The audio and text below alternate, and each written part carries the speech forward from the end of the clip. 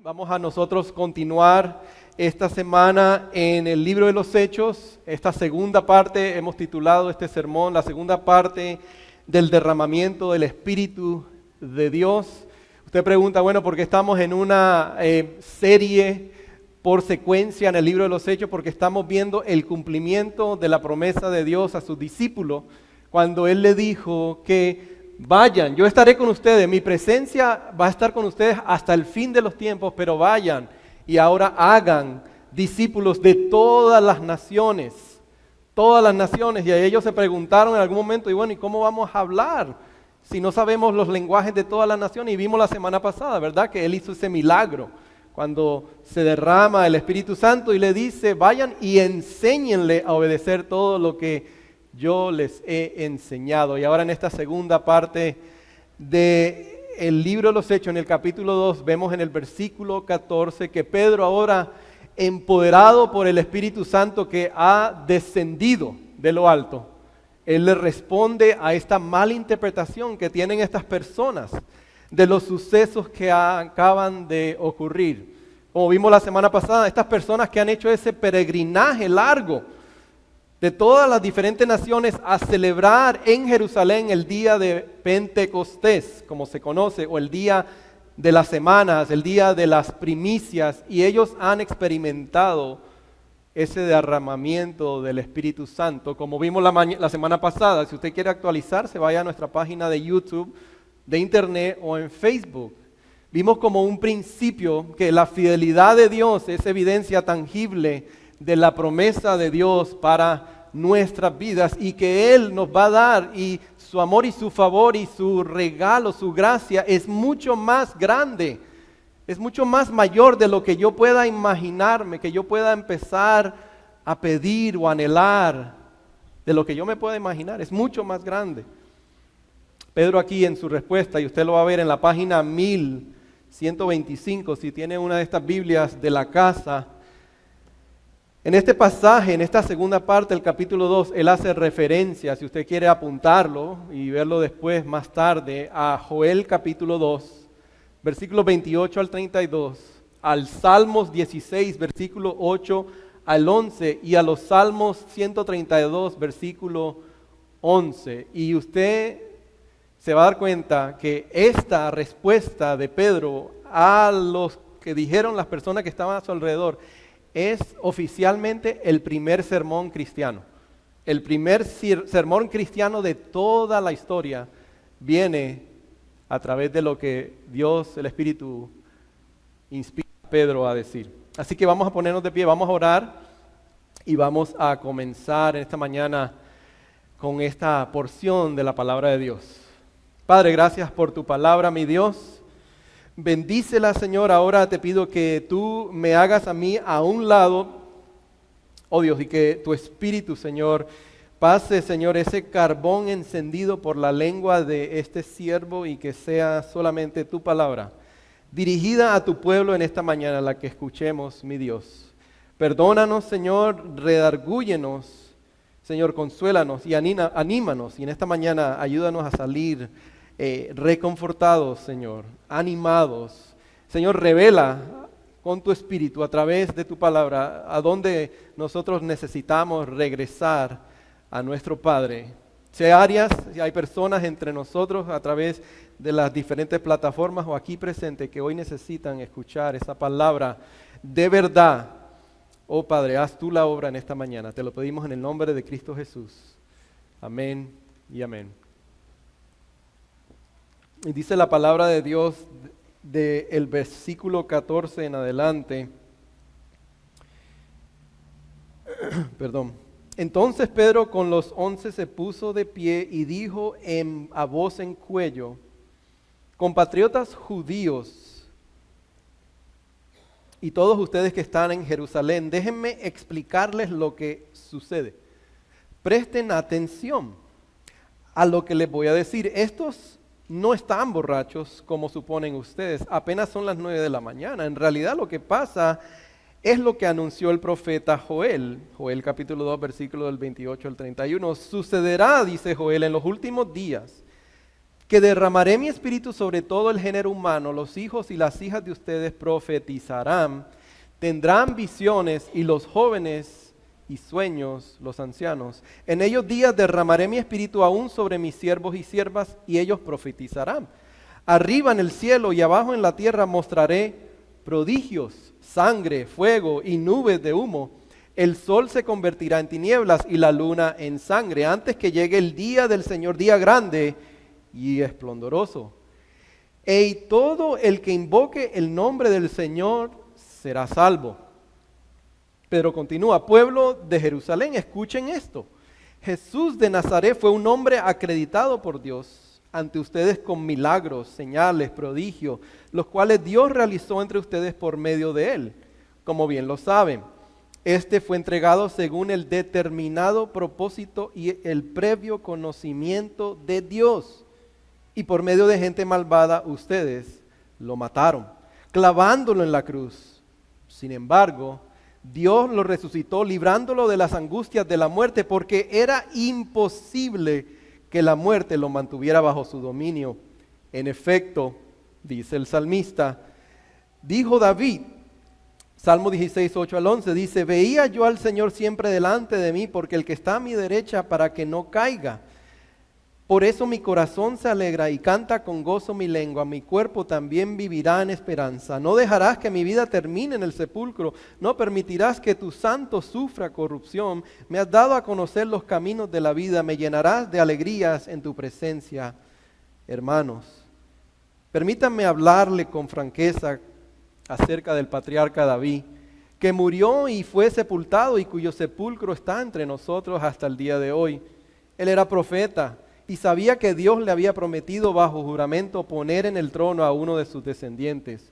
Fue así como previó lo que iba a suceder, refiriéndose a la resurrección del Mesías. Afirmó que Dios no dejaría que su vida terminaría en el sepulcro, ni que su fin fuera la corrupción. A este Jesús, Dios lo resucitó y de ello todos nosotros somos testigos. Exaltado por el poder de Dios y habiendo recibido del Padre el Espíritu Santo prometido, ha derramado esto que ustedes ahora ven y oyen. David no subió al cielo y sin embargo él declaró, dijo el Señor a mi Señor, siéntate a mi derecha hasta que ponga a tus enemigos por estrado de tus pies. Por tanto, sépanlo bien todo Israel, que a este Jesús, a quien ustedes crucificaron, Dios lo ha hecho Señor y Mesías. Cuando oyeron esto, todos se sintieron profundamente conmovidos y les dijeron a Pedro y los otros apóstoles, hermanos, ¿qué debemos hacer? Arrepiéntanse y bautícese cada uno de ustedes en el nombre de Jesucristo para perdón de sus pecados, les contestó Pedro, y recibirán el don del Espíritu Santo. En efecto, la promesa es para ustedes, para sus hijos y para todos los extranjeros, es decir, para todos aquellos a quienes el Señor, nuestro Dios, quiera llamar. Y con muchas otras razones les exhortaba insistentemente, sálvense de esta generación perversa. Así pues, los que recibieron su mensaje fueron bautizados y aquel día se unieron a la iglesia unas 3,000 personas. Amén. Que sea la palabra de Dios bendecida. Pueden tomar asiento. Este es el tiempo, mis hermanos, donde el culto gira alrededor de la predicación de la palabra, así que si usted tiene que levantarse, echarse agua en la cara, tomar un cafecito, levántese, hágalo y vamos a enfocarnos en esta mañana lo que Dios tiene para nosotros. A mí me gustan, hermanos, esos cuentos o esas documentales, esas historias de los héroes. Pero no los héroes modernos, o no modernos, pero de Marvel, como Superman o Spider-Man o Batman. ¿A cuántos les gustan esa película de esos superhéroes? Bueno, una persona. No estoy diciendo que tenga nada en contra, sino que me gustan las historias de los héroes de la vida real, ¿verdad? Héroes de la vida real. Hay muchos héroes que han surgido después de los ataques terroristas del 9/11. Hay muchas historias de personas que son consideradas héroes y para mí son héroes. Pero hay una en especial, una específica que sucedió en el Pentágono. Quizás todos sabemos que es el Pentágono, ¿no? Es un lugar aquí en los Estados Unidos, muy importante para el gobierno de este país. Y cuando él lo entrevistan a este personaje, las cámaras, las cadenas de noticias al final, él da su testimonio de cómo él dice que en ese momento que se estrella el avión, lo único que él se recuerda ver son llamas, el humo, el calor de haber estallado ese avión, pero él recuerda cómo gateando pudo salir hacia una salida, un camino que lo llevó hacia la salvación, hacia la salida de ese incendio. Pero lo hermoso, lo asombroso de esa historia es que él regresa y empieza a buscar a personas y las empieza a llevar hacia la salida, al decirles, salgan por acá porque este es el camino hacia la vida. Ahora imagínense, yo pensaba, imagínense que las personas le hubieran dicho, no, ese no es el camino hacia la vida, estás equivocado, ese no es el camino. Y yo pensaba esta semana, porque tuve que llamar a una agencia de viajes para reservar un vuelo a la ciudad de New Jersey, en junio, que Lourdes, mi esposa y yo vamos a ir para un retiro de pastores, unos 2 días nada más. Y me vino a la mente, ¿cuál hubiese sido mi reacción si el agente de viaje me dice, yo te puedo dar un viaje a Denver, Colorado? Yo no quiero un viaje a Denver, Colorado, yo quiero un viaje a Nueva Jersey, yo quiero un viaje a New Jersey. Pero que él me hubiera dicho, pero todos los caminos conducen a New Jersey. Sería insólito, ¿verdad? Sería insólito decir eso, sería algo ilógico. Yo creo que a veces pensamos que todos los caminos conducen a Dios, pero no es así. A veces pensamos que el camino hacia el Padre es como un buffet chino. Aquí alguien, no tengan vergüenza, ¿cuántos hemos ido a un buffet? Todos hemos ido a un buffet, ¿verdad? Ya por el COVID se paró, ¿verdad? Las veces que vamos al buffet, pero a veces las personas creen que es así, ¿verdad? El objetivo es comer, come lo que tú quieras. A veces las personas piensan que es igual. Todos los caminos conducen a Dios. Al final, no importa cuál tú escojas, porque todos llegan al mismo lugar. El objetivo es llegar al Padre. O sea, escoge el que te sea más conveniente. Pero usted sabe que hasta un mismo budista, una persona que practica el budismo, él no diría eso. Él diría, tú estás equivocado. No todos los caminos llevan a Dios. Mal, el budismo no es como una religión, es más que todo es como una filosofía de vida. Pero un musulmán, un judío, un hindú, no diría que todos los caminos conducen a Dios. Hermanos, lo que quiero que veamos en esta mañana, en esta segunda parte de este capítulo 2, es que hay un solo camino hacia el Padre. Hay un solo camino, amén. Un solo camino hacia el Padre. Amados, el Evangelio nos demuestra que nuestro Dios, nosotros tenemos el único Dios que tiene las heridas para demostrarnos su amor por nosotros. Es el único Dios que le puede demostrar a usted y a mí las heridas que fueron necesarias para abrir ese camino que nadie podría abrir hacia el Padre.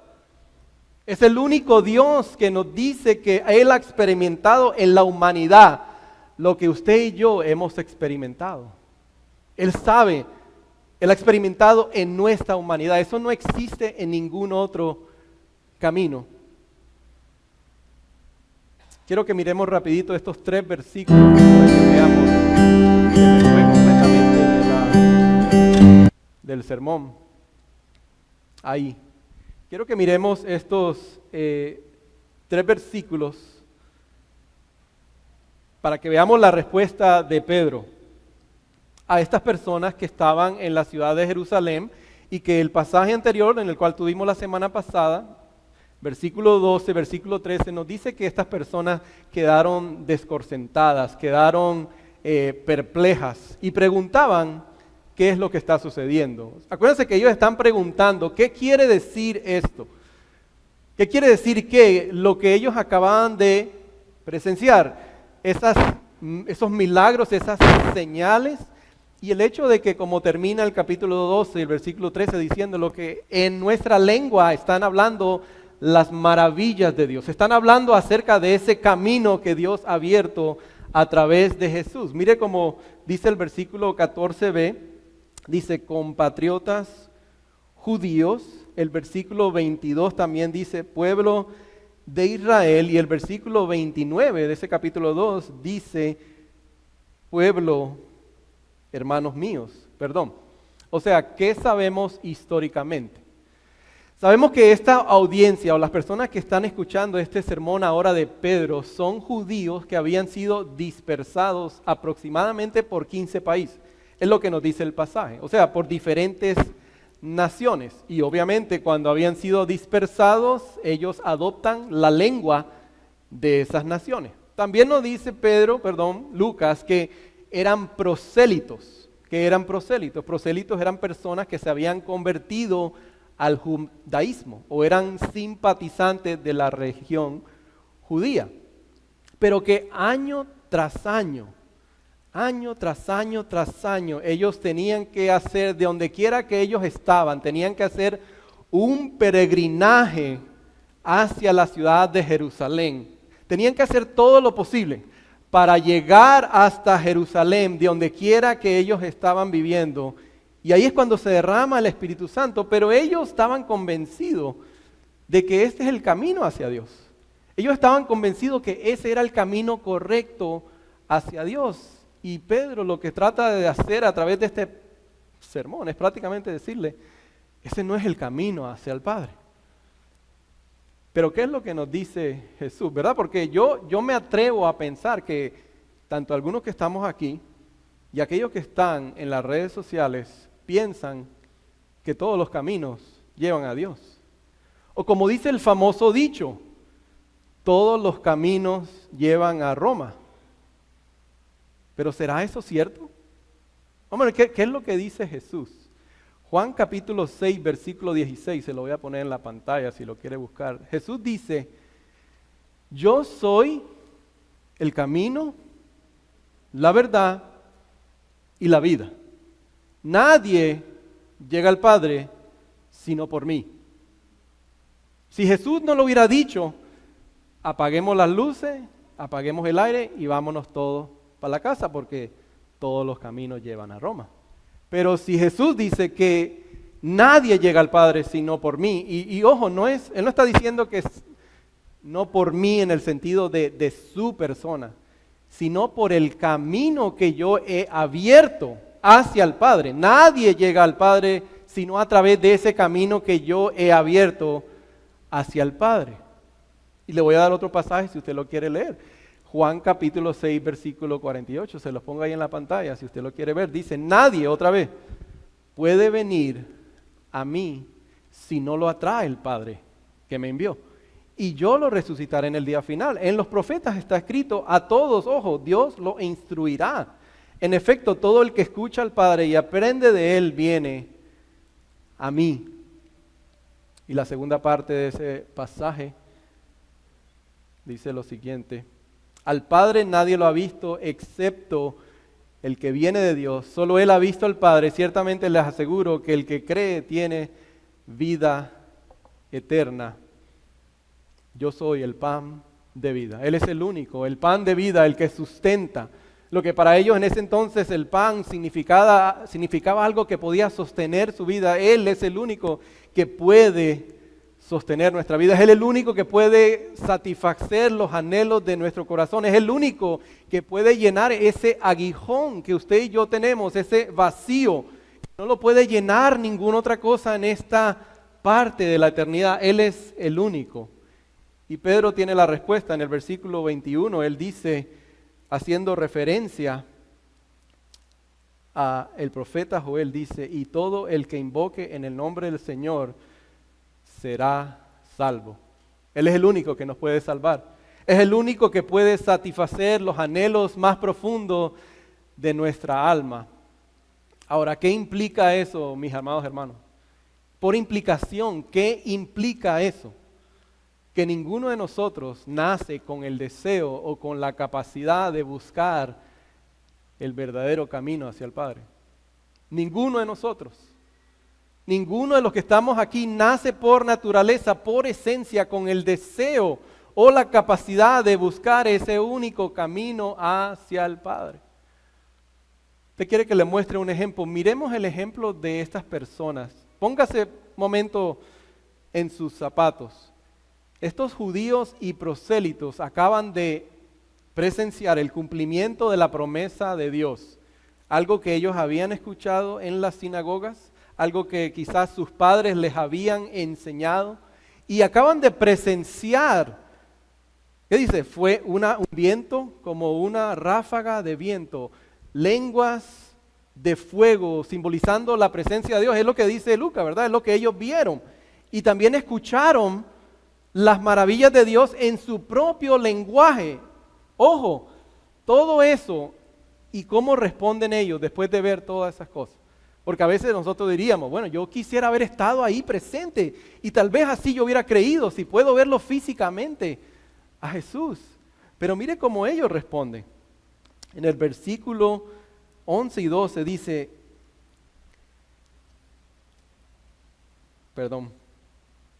versículo 12 dice, desconcertados y perplejos se preguntaban, ¿qué quiere decir esto?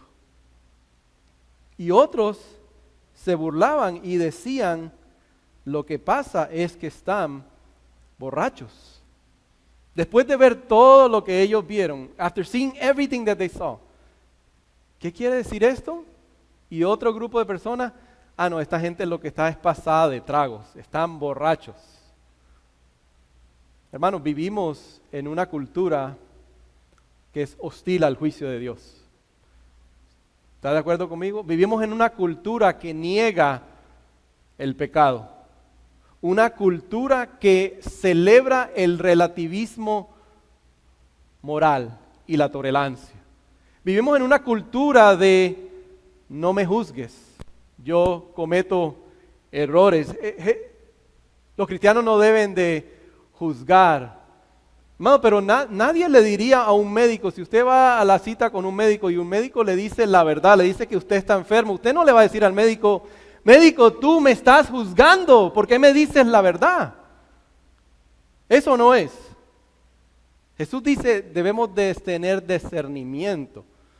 Si yo veo que mi hermano está en camino hacia la vida que lleva a la muerte, yo sería una persona falta de amor si no le digo, hermano, vente por aquí, porque por allá vas para la muerte. Este es el camino hacia la vida. Eso no es juzgar, eso es amar a una persona. Pero hoy en día vivimos en una cultura donde debemos de aceptar que la moralidad es, eso para ti es verde, para mí es negro.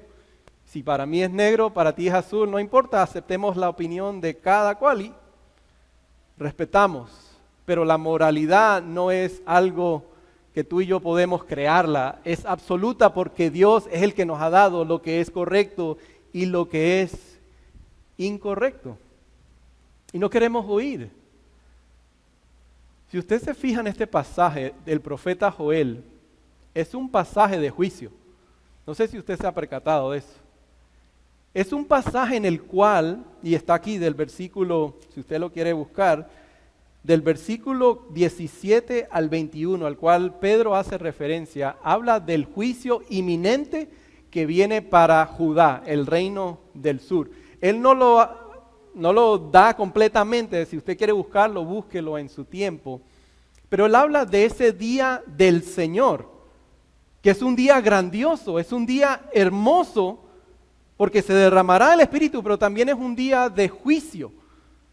¿Qué podemos decir? Que desde el día que se derramó el Espíritu Santo de Dios, ya estamos en los tiempos finales, es lo que está diciendo el profeta, pero no en la plenitud, no se ha cumplido todas las cosas.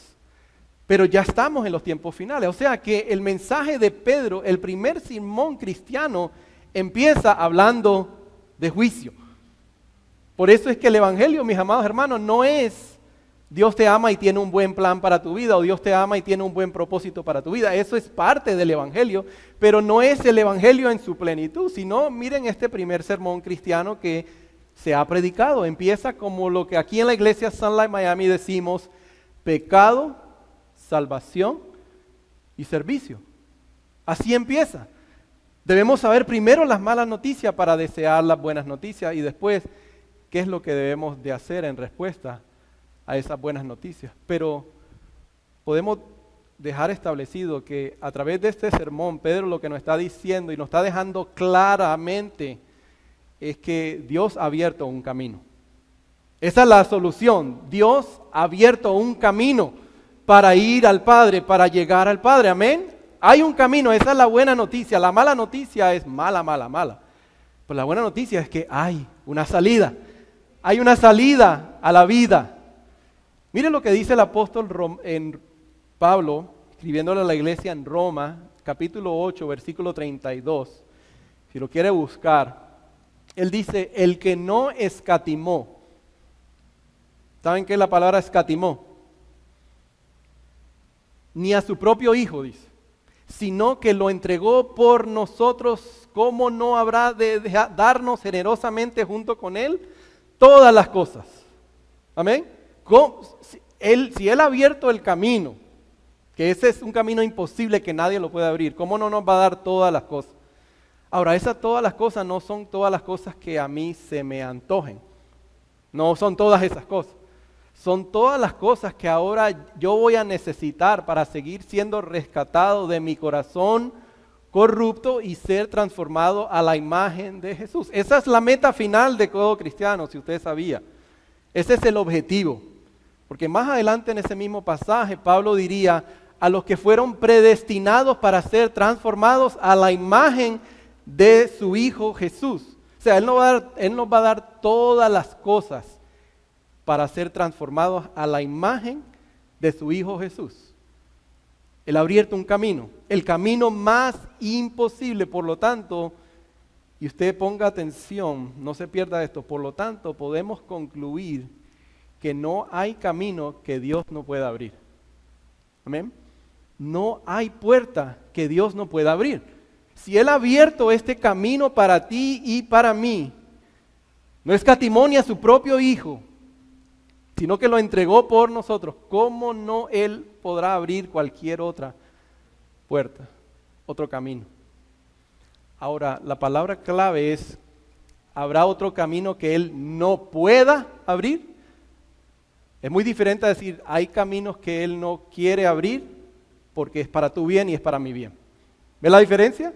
No hay puerta que Él no pueda abrir, no hay camino que Él no pueda abrir, pero hay algunos que Él no va a abrir por tu bien y para mi bien, que a veces usted y yo no los entendemos porque queremos que Él las abra, pero no es para nuestro bien. Pero Él va a abrir todas las que son necesarias para que usted y yo seamos transformados a la imagen de su Hijo. ¿Habrá una puerta, mi hermano, que entonces Él no pueda abrir? ¿Habrá un camino que Él no pueda abrir? Dígalo conmigo. No hay camino. Pero lo primero que tenemos que reconocer, hermanos, ¿sabe qué es lo primero que tenemos que reconocer? Que todos somos culpables.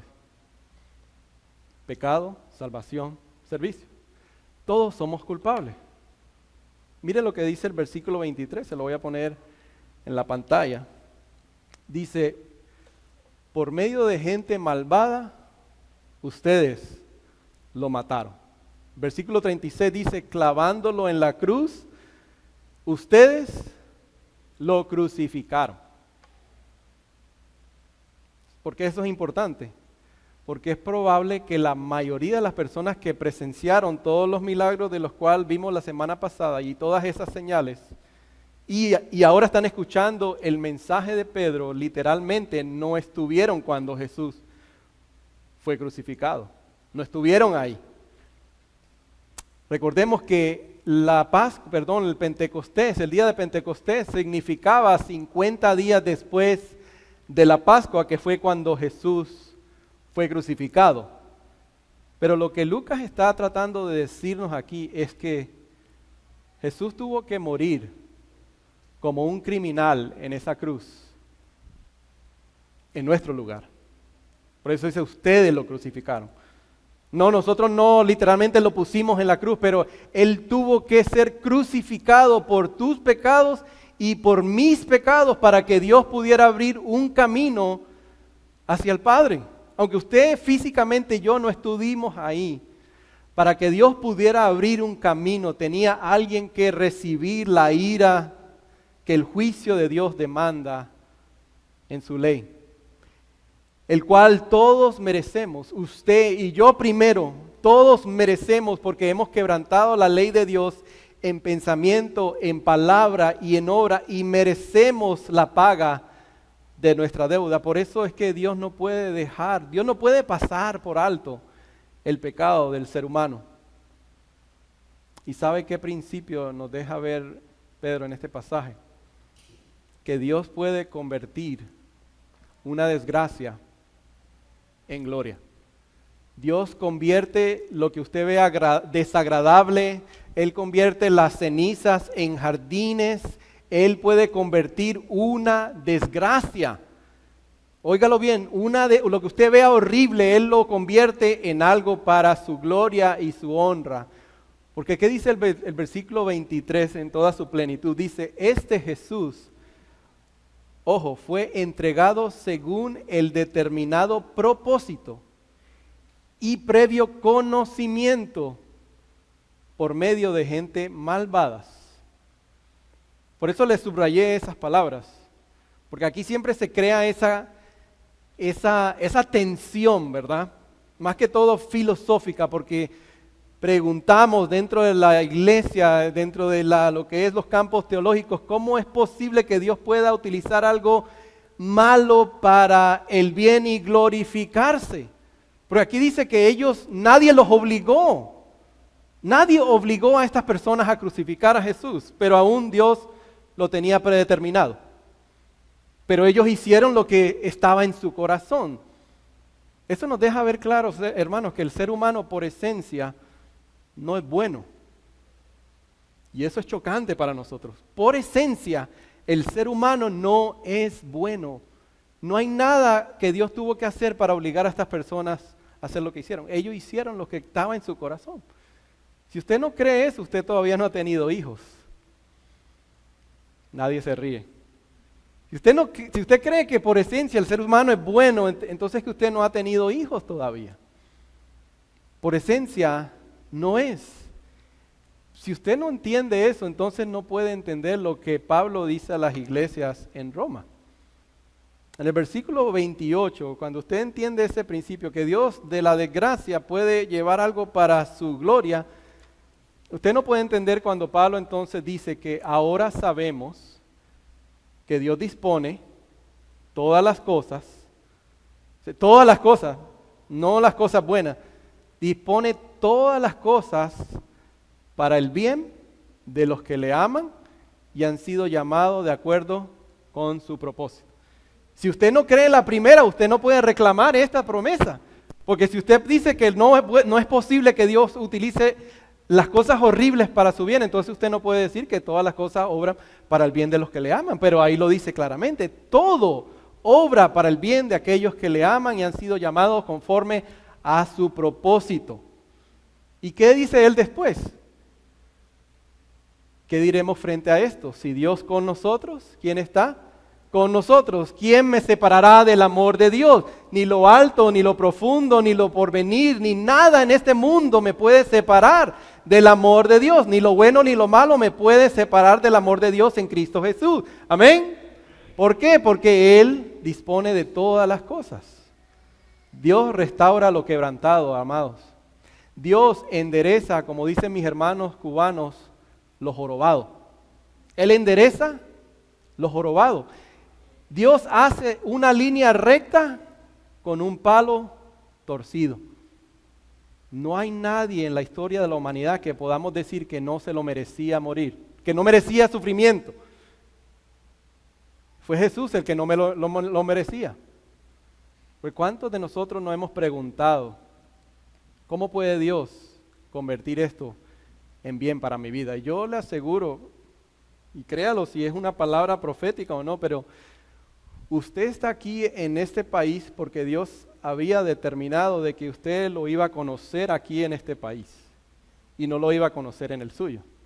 Y usted ve que usted venía para buscar un mejor futuro para su vida, y perfecto y hermoso, pero Dios lo tenía predeterminado porque Él sabía que usted aquí iba a conocer a Jesús. Y a ustedes que ya lo conocían en su propio país, sabía que usted aquí iba a ser transformado y transformado más a la imagen de Cristo, y allá en su país no iba a poder cumplir eso. Por lo tanto, podemos decir que a veces vamos a experimentar dolor a la medida que Dios va abriendo ese camino. Amén. A veces vamos a experimentar dolor, así como Jesús tuvo que sufrir, tuvo que aprender obediencia a través del sufrimiento. Para nosotros a veces ver ese camino abierto en nuestra vida debemos experimentar dolor, caminos que a veces parecen imposibles. ¿Qué es lo que estoy tratando de decir? Nosotros nos mudamos a Cutler Bay en el año 2021, en enero del 2021. Yo le comentaba eso a mi esposa. Cuando recién nos mudamos a esa comunidad que está creciendo, que está desarrollándose, había montes, habían lugares donde terminaba la calle, en algunos países se le dice zacate, pasto, era lo único que se veía, oscuro. Y uno a veces decía, wow, qué horrible. Pero para poder construir esas comunidades, casas nuevas, apartamentos nuevos, ahora hay caminos que llevan incluso desde la 117 Avenida hasta la US 1. Caminos que nosotros decíamos, wow, imposibles. Ahora hay caminos hacia la US 1. Pero para que esos caminos fueran construidos, tomó trabajo, tomó esfuerzo, tomó inversión. Imagino que en sus países, algunos de sus países, cuando usted regresa se da cuenta y dice, wow, es imposible, ¿cómo ahora podemos llegar de este lugar al otro? Así es Dios, mis hermanos. Los caminos que usted piensa que son imposibles para el ser humano, para Dios no son imposibles. Porque la fidelidad de Dios, mis hermanos, desafía toda imposibilidad. La fidelidad de Dios a su promesa desafía todo lo imposible. Si no, mire lo que dice Pedro en este pasaje, en el versículo 24. Él dice, sin embargo, Dios lo resucitó, librándolo de las angustias de la muerte, porque era imposible que la muerte lo mantuviera bajo su dominio. Lo imposible, Él lo revierte, que es la muerte. Imposible que la muerte lo tuviera bajo su dominio. ¿Por qué? Porque Él vivió una vida perfecta. ¿Cuál es el aguijón de la muerte? Es el pecado. Cristo ha muerto a los pecados porque Él recibe nuestros pecados sobre Él y Él nos acredita su perfecta obediencia a la ley de Dios. El hermano Augusto compartía en el video, en el chat de la iglesia, y se me pararon los pelos. En Australia, ¿verdad? En Sydney, Australia, no sé si usted se ha dado cuenta, pero han habido varios incendios forestales. Y yo digo que es a pesar de Australia, porque Australia es uno de los países hoy en día más liberal que existe. Uno de los países más apartados de Dios, podríamos decir en otras palabras. Y a pesar de eso, usted sabe que por días y días y días los bomberos, todo el mundo tratando de apagar esos incendios forestales, personas que habían perdido sus propiedades, animales que habían muerto. ¿Y qué hizo el pueblo? Vamos a convocar a Dios en oración. Y compartía la hermana que grababa, estallaba ella en llanto. ¿Por qué? Porque Dios mandó la lluvia. La fidelidad de Dios desafía la imposibilidad.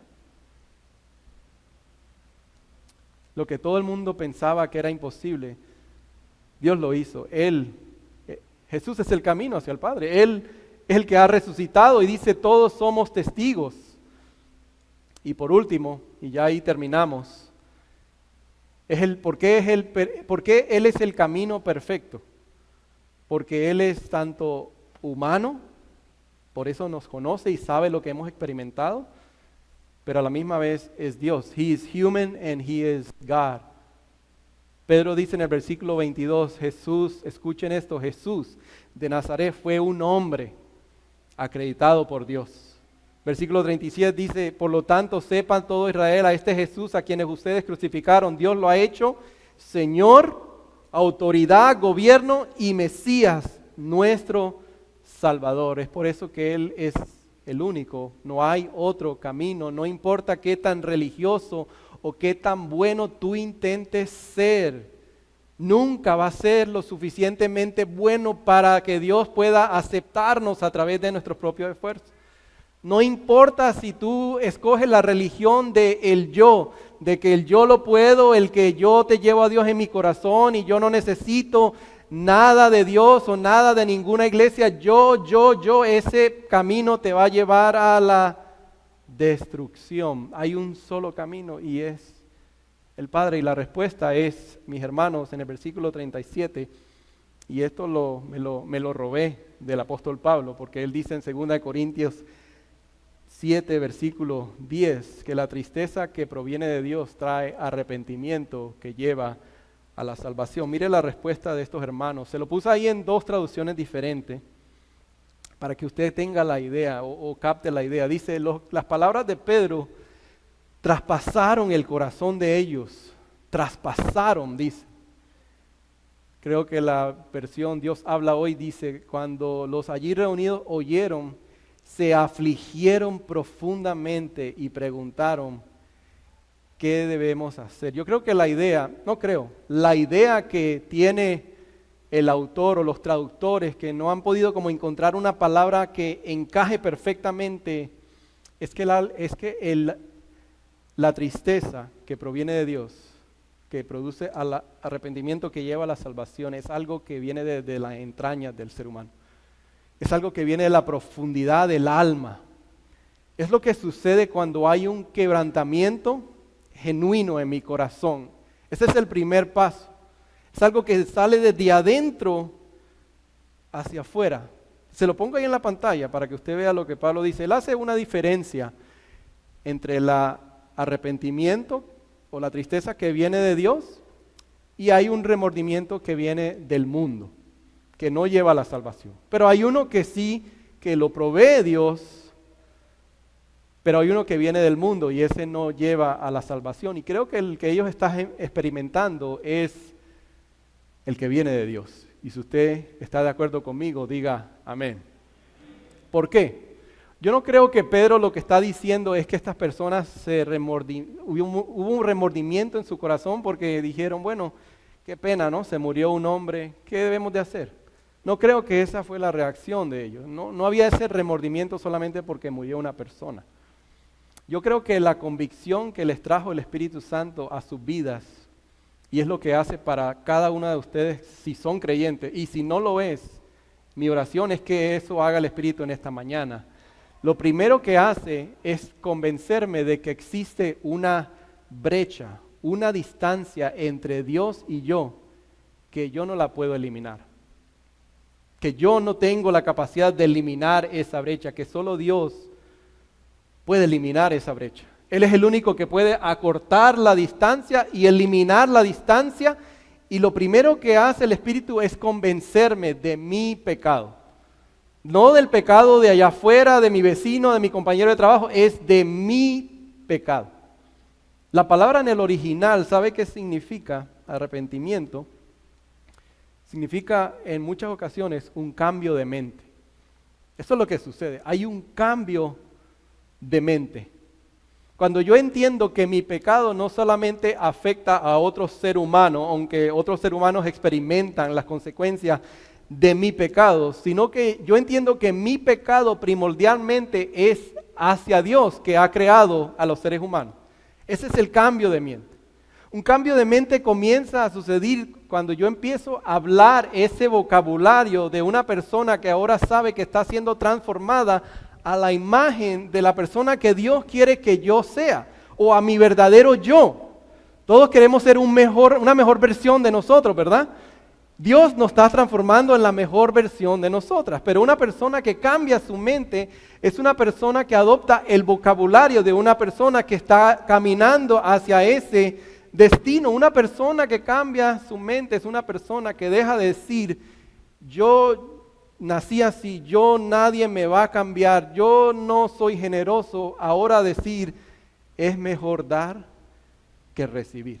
Una persona que cambia su mente a través del poder del Espíritu Santo es una persona que dice, yo soy iracundo y toda mi vida seré iracundo e impaciente y a mí nadie me va a cambiar. A una persona que empieza a decir, gracias Señor porque tú eres paciente conmigo. Ayúdame a ser paciente con otros.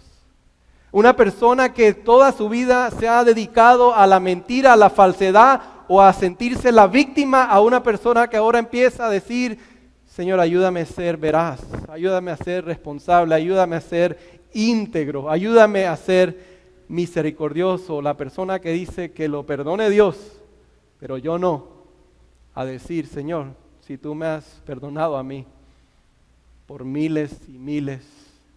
Usted sabe que Dios no solo nos perdona hasta el día que nos convertimos y ya los pecados pasados, no, son pasados, presentes y futuros. Hacer a una persona que dice, ahora Señor, yo quiero reconciliarme con aquel que me ha hecho daño. Yo quiero perdonar a aquellas personas que tú sabes que necesito perdonar. La persona que no siente remordimiento solamente porque tiene consecuencias que le ha causado su desobediencia. Y dice, me quitaron la licencia, me suspendieron la licencia, perdí mi trabajo. No reconoce que ha quebrantado el corazón de un Dios que lo ama con un amor incomparable. Es una persona que ya no finge, no debe de justificarse, no le echa la culpa a los demás, no disminuye la importancia de sus decisiones. La tristeza que proviene de Dios es la que me convence que yo soy más pecador de lo que yo me pueda imaginar. Pero a la misma vez la cruz me demuestra que soy más amado de lo que yo nunca me voy a poder imaginar. Ese quebrantamiento que produce Dios me ayuda a reconocer que no hay otro camino. No hay otro camino, que Dios puede convertir una desgracia en gloria, que Dios puede convertir las cenizas en un jardín y que su fidelidad desafía todas las imposibilidades. Esto es lo que Dios nos revela en este segundo capítulo de los Hechos. Oremos. Padre, gracias, mi Señor, por tu palabra en esta mañana. Gracias por la manera en que tú nos has hablado en esta mañana. Queremos ahora responderte, Señor, con nuestras vidas en alabanza, en adoración. Padre, si hay alguien en medio de nosotros, con nosotros en esta mañana, que tú permitas, Señor, que de la misma manera que sucedió en ese momento que tu Espíritu Santo fue derramado, que trajo convicción, y dice que a raíz de esa convicción, de la verdad, de las buenas noticias en Cristo Jesús, dice que añadieron a la iglesia 3,000 personas.